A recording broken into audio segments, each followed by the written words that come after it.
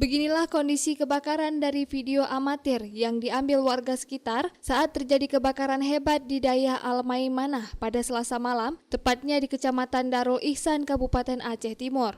Kebakaran yang terjadi pada pukul 8 waktu Indonesia bagian Barat itu mengakibatkan 8 unit bilik santri dan 1 balai pengajian hangus dilahap si jago merah.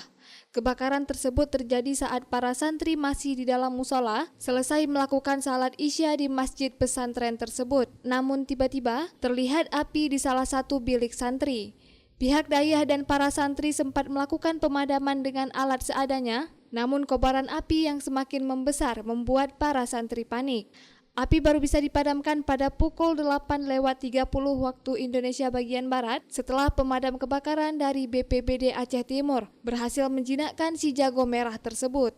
Salah satu tengku Dayah Al Maimanah mengatakan, kebakaran diduga karena korsleting listrik yang menghanguskan 8 bilik dan 1 balai pengajian. Kejadian disebabkan korsleting listrik yang kami duga. Sedangkan waktu kejadian para santri sedang melaksanakan jamaah sholat isya berjamaah. Alhamdulillah tidak ada korban jiwa karena santri sedang berjamaah, sedang berada di dalam musala. Sedangkan yang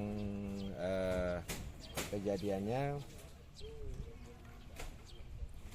yang terbakar komandan sekitar 8 bilik dan 1 balai pengajian. Akibat kejadian tersebut, dayah ini mengalami kerugian hingga 250 juta rupiah. Dari Aceh Timur, Romi Syaputra melaporkan untuk Puja TV Aceh.